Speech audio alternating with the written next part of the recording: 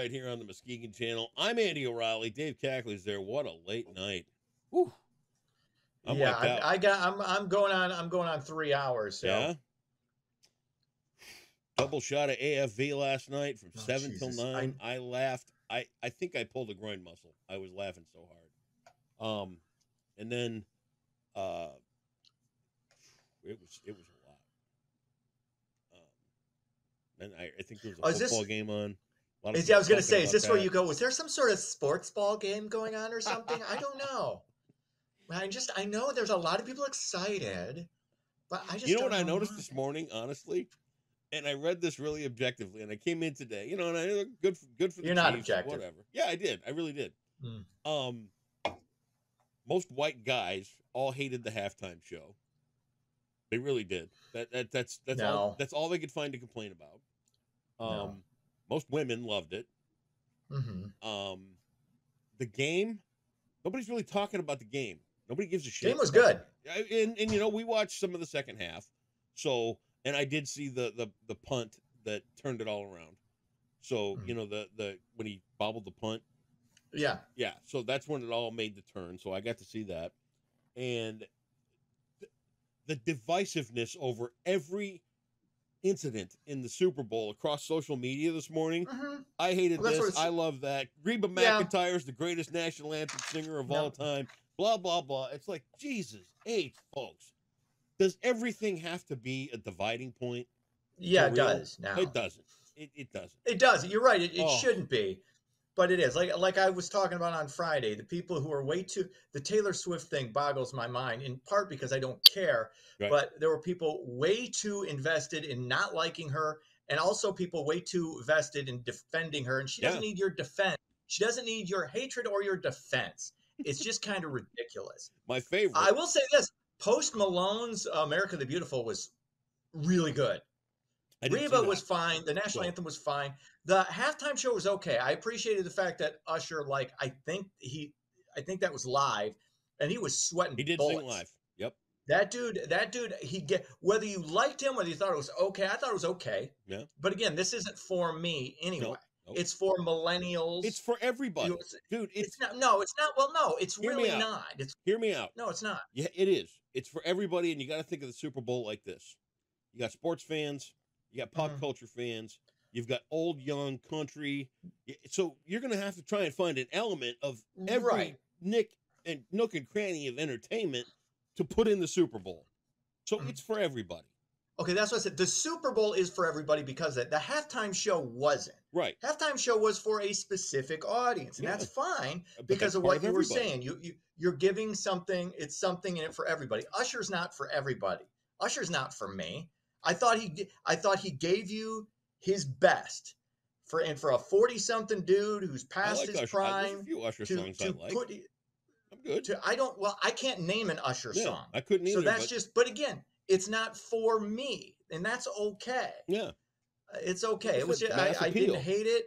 I didn't love it. It's okay. Commercials were okay. Yeah. I thought the Dunkin' Donuts one with J-Lo and Ben Affleck and Tom Brady and Matt Damon, that was all right. That was all right. It was a Dunkin', yeah. That was okay. I wasn't blown away by it. The game was good. Yeah. And now I've got this little bit of what all football fans go through now. It's mid-February and we got 6 months no football. You got spring football coming up in April, but that doesn't really count. So we just kind of. Why you got to exclude them? Spring football is not real. I mean, it's a minor league. You're going to see maybe some of those guys get into the NFL, but nobody. I mean, you don't really care. I know you got The Rock invested in it. You got some. You're going to have the national broadcast teams doing it to 90 fans in the stands and pretending that people are really into this, but they're just not because I think they could use a hand for you. The level. My favorite. It's not my at that favorite level. moment of the night came long before the game started. And that's when Usher walked into the stadium, and the conspiracy theory started over the fact that he was under the spell of Jay-Z, who helps run the Illuminati. And I'd really like to know who had the bets on that one, because that one had to have a payoff. That Usher was there at the behest of the Illuminati to signal the world. I'd like to know the line on that one in Vegas. Well, dude, it's funny you bring up these conspiracy theories when you're like, do you think that the playoffs might be? Did you think that this might be choreographed into the NFL? No, and you said that with kind of you were asking like that's you could no, you don't think it is. This is you could you fix a game mm-hmm. if you had some officials? Could you? Yes, you could fix any sporting event if you get a couple of officials because these games are so tightly contested. A call here or a call there can turn the tide. It can, but that would have come out. The Black Sox. The Black Sox, yes. It can be done. Yeah, Tim Donahue with the NBA, but the idea that it's scripted, like you were asking, is it scripted? No. Okay. This is the best reality show on TV is the National Football League. Well, and it ain't close. That's why Super Bowl Sunday. That's why today will eventually, sometime down the road, be a national holiday. No. The day after the Super Bowl would be, and it should be, just based on it's the last cultural event that America has that everybody watches. Everybody, whether you're a fan or not. Nope. This is the one event. There's no other event that people like, I got to see this. There were people that tuned it out. There were people that tuned it out. Now, okay, yeah, they're you know what they're called? Outliers. They're called what? Outliers. You're not most people. No, not me. The vast majority of America. That's why it's the most watched event. Matt Gaetz wouldn't watch. That's why it's the most watched event of the year. Every year. And it's the last cultural thing that we can all come together, and whether you like this team or hate this team or like this fan or hate this fan, it brings everybody together to watch it. There is nothing else like it left. Is nothing except Matt Gaetz, because they sang the Black National Anthem, and God, we can't have that. Okay. Well, I don't want to get too far in the weeds here, but why do we need that? We're all one. We're all one country. We're all one. What does it help? What does it hurt? What does it help? That's what I don't go by. What does it hurt? I don't give a shit one way or the other, but it doesn't help. Okay. So that's just my 2 cents. There we go.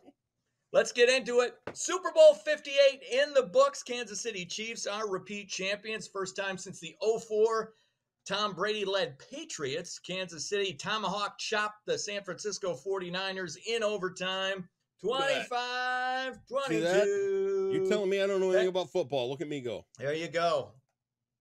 Patrick Mahomes threw for over 300 yards and the game-winning touchdown to clinch his 3rd Super Bowl title and 3rd MVP award. Still 4 championships behind the GOAT, Tom Brady, but he's got a shot. The Chiefs are going to be contenders as long as he's there. I have a feeling, though, they're about to go they're going to come back to the pack a little bit. San Francisco will be there. The team of next year and the foreseeable future is the Detroit Lions. Okay, good. They're not right now the favorite. They're a top 5 favorite to go to the Super Bowl next year, according to the odds makers. But this is early. We got the draft coming up. We'll see what happens in free agency. But the Lions are looking good. And if you're a Lion fan watching that game, you're going, we're better than both these teams because they actually are. They're better than both teams, both Super Bowl teams going into next year. Honest question, and I mean this, and I'm not trying to be a smart ass, but I saw the pictures of Kelsey yelling at the coach. And that was douchebaggy. Was that was douchebaggy. Yeah, it was 100%. You don't do that to your coach, period. I was going to say. You don't. Now, they both brushed it off. It was a bad look. He's a competitor. This isn't the first time he's done this. He's kind of a hothead. He's a meathead tight end. He's a charismatic. He's a likable dude. Yep. He's caught up in the moment. Why wasn't I anything? That is a little bit of machismo coming out in a little misplaced. Like, dude, you got to be cooler than that. You can't do that to your coach. You can't do that. Okay. But he's coming back. He's coming back next year, and he should. But he's 36 years old. That team is getting older. That moment, and that's another thing is you're 36 years old. You've been in this league 14 years. You don't do that. You know better. Right. Do better, be better. But he produced. 9 catches, 93 yards, got him in position to win the game. So all is forgiven. They brushed that off. It was the heat of the moment, but yeah, it was bad luck. Okay. And that wasn't a douchebag. That wasn't a smart ass question. That was a. Well, I just thought maybe you think I was trying to turn something, and I'm not. No, because had they lost, had Kansas City lost, that would be a major storyline. Now it's just a footnote. Okay. You win that game, it's hugs and kisses all around. You lose that game, what the F is Travis Kelce doing? Yep. So you win, it doesn't matter. Okay. Winning cures everything. All right. What else is going on? Amazon executive chairman Jeff Bezos is selling more than $2 billion worth of the company's stock. Bezos filed a statement with federal regulators indicating his sale of nearly 12 million shares. Bezos stepped down as CEO of the company back in 2021 to spend more time on other projects. Eventually he and Musk are going to just split up everything and we're all going to be working for one or the other. This is just how this is going to end up, but good for him. It's all good. I have no other thoughts on it. He decides he wants to venture off into other things. That's the great thing about having, there are two types of money that you can have. There's, as far as elites go, I'm talking about when you're rich, when you are the elite of you can have there's FU money and there's F me money. Right. Guys like Musk and guys like Bezos have F me money. I can do whatever I want. Whatever I want. I have that, The FU money is, I don't have to work this job. I can say FU to my boss and I'm fine. Right. Now, I don't have that. You don't have that. But you'd be saying FU to yourself. Right. At this point. But I do. We still gotta work. We gotta punch in. We still gotta, keep it moving. I did have one Amazon thought over the weekend. Okay. Paul Blart, Kevin James. Yes. Decent stand-up special on Amazon Prime. I was a little shocked at how jaded he was in a stand-up special. I did not see that coming out of Kevin James. Because he's different from his because you've got different. Sitcom Kevin James. Yep. These guys who are really and Kevin James is a good stand-up. I'm not a huge Kevin James fan, but he's good at stand-up. They're usually on stage when they're doing stand-up because that's their first love. Yep. All stand-ups can pull off some mediocre to whatever sitcom. Right. But stand-up, that's an art. He's going to be, then they're usually different. Not always. You got Jim Gaffigan who is kind of, everything's about food. And I like Gaffigan. He's funny. But it's interesting, like a guy like Gaffigan and Anthony Jeselnik, who it's all dark, it's all uber jaded, it's really funny, but they're like really good friends. Yeah. And I remember Gaffigan actually said to Jeselnik once, I'd love to do some of what you do, but my audience likes it when I joke about food. So, they know who their audience is, and I'll tell you this though, it's not for everybody. Kevin James, one swear word, and it was ass. Through the entire, they had no swearing, none. Mm-hmm. But you can see that's things you can do that and still be kind of jaded. Like Brian Regan, who's an amazing stand-up and works totally clean. He can still, like Bill Burr pointed that out in he was in an episode of Comedians in Cars with Seinfeld and was talking about the contempt. You watch Brian Regan and it looks all clean and it looks all this. It's hiding a contempt for certain aspects of society. It's just kind of masking that. And then if you go back and watch, you go, oh yeah, I see what Burr's point is. So it's these guys, when it comes to their stand-up as opposed to their acting, they're more them when they're doing the stand-up. That's more who they really are. All right. Finally, Justin Timberlake is coming to both the east and west sides of the state of Michigan this fall. Timberlake will be bringing the Forget Tomorrow World Tour to Little Caesars Arena in Detroit on October 25th. And then the former Backstreet Boy frontman will descend on Grand Rapids Van Andel Arena on November 2nd. Tickets go on sale this Friday. I would go for free. I have no interest in seeing. Yeah, I think I would. Timberlake to me is like okay, I'm sure he put on and Timberlake. I'll say this about Timberlake is to me is like Jamie Foxx. They're probably the two most talented people in Hollywood because they're triple threats. They can sing, They can dance. They can do comedy. Like Justin Timberlake as a comedic actor is really, really, really Funny. good. Yeah. Really funny. And then Jamie Foxx is just, I put Jamie Foxx a notch better because he could do stand-up and act and sing and dance. But although Timberlake's the better dancer, so, you know, I would go see the show if I had free tickets and I had nothing better to do that night, and it was across the street. I'm just sitting here amazed that you know the men's dancing and which one's better. Good for you. Oh yeah, because I'm, you know what that means? Doesn't mean anything. I know that. It means you're a fan of fine dancing. No. You know what that means? I know what you're saying. No, I'm not. That's what that means. Why do you assume I'm saying anything? I know exactly what you're saying because you don't. You're not what we call. You don't delve into what we call subtleties. You know what I think? I think you're try to go caffeinated boom. today. I think that, no, this is caffeine free. Well, whatever. It doesn't mean you don't have a 5-hour watered down energy drink. Oh, I already had. Oh, yeah, I already pounded that. I said, I had to. Got a little energy today. You're a little kind of up on it. Being defensive about.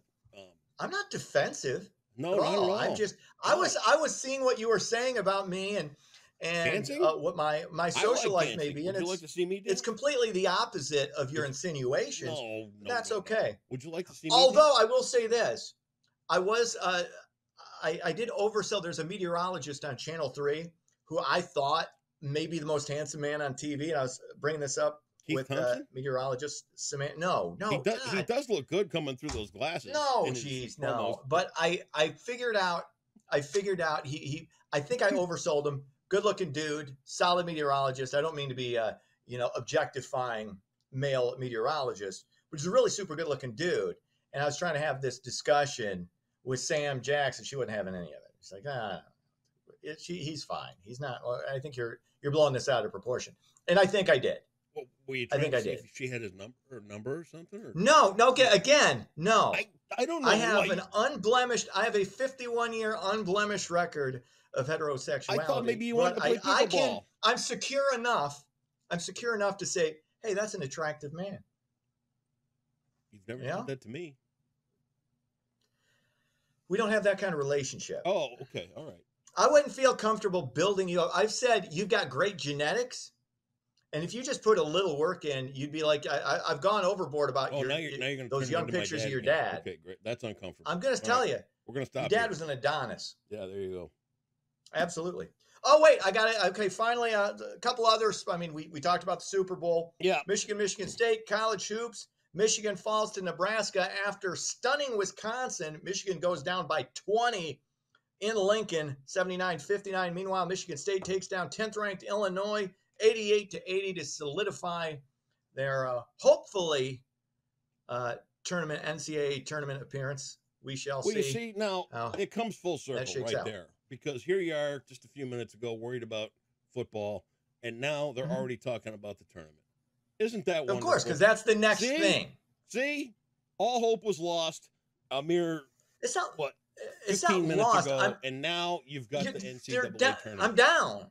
You're down. I'm down. There's a low-level depression that comes to football fans at the end of the football season. Now, the one shining light that you have from a sports perspective, if you're me, is Michigan State basketball. So, but they've been kind of hit and miss all year. So I haven't been that into it like I thought I would be with all the expectations. But yeah, it's not the same. I love March Madness, but is it the same passion you have for the NFL and why it rules all over everything? No, it's just not the same. It's just not. Okay, well, let me give you some options just to tide you over. There's the Professional Bowlers Tour. Oh, Jesus. You can, well, that's fun. You can always look up lumberjack sports, which I enjoy thoroughly. Of course, yeah. World's Strongest Man. The real athletes. That's a good one. Mm-hmm. I'm not sure if Marius Pujanowski is still a participant in the World's Strongest Man, but he's remarkable to watch lift. You could always find AFV on demand. That's fun. Yeah. Plenty of documentaries out there to watch about interesting topics. In fact, you know what? Yeah, I blew through a series on the world's biggest rivers this last weekend. That was engaging. I've been watching documentaries on. I've been watching documentaries or documentalies. Yep. On Hitler. So Oh, fun. There's that. And the Nazis. Perfect. Yeah, that's how you figure out how that shit starts. Yeah. Okay. $200 in Jeopardy today. Are you centered? Are you ready? Are you ready to receive a question? Let's do it. All right. For chocolate lovers. Remember when you had that streak of drinking chocolate wine with your mom? Mm-hmm. Oh my God, I just love chocolate wine. Yeah, it's so good. I'm going to sit home and drink chocolate wine this weekend. It's going to be fabulous. Remember that? After my bubble bath. I remember you asking about what was the sports ball game that was yesterday. I just don't know. I like sports ball. Go team. All right.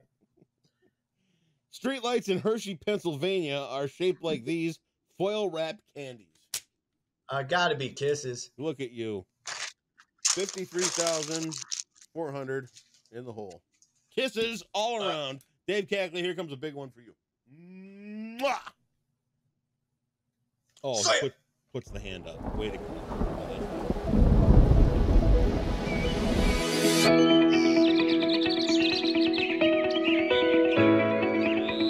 Happy Monday, Muskegon. A mostly sunny day is expected with temperatures staying well above average. So let's take a look at your forecast brought to you by Trinity Health. Your weather headline show: we will stay sunny and warm for Monday, like I said, until we have a chance of rain and snow moving in on Thursday. But that doesn't look too promising.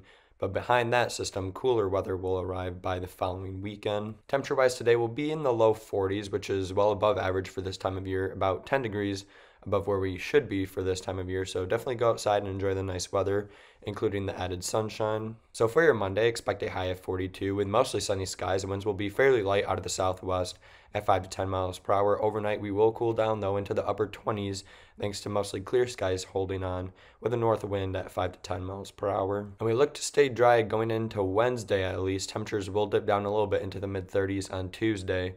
But then rain and snow will be possible on Thursday, about a 50% chance of that. After that storm system moves through, temperatures will likely fall to near or maybe even slightly below average for the following weekend. And that's your Monday forecast brought to you by Trinity Health on the Muskegon Channel. And I'm Cole Woods Weather, and have a wonderful week.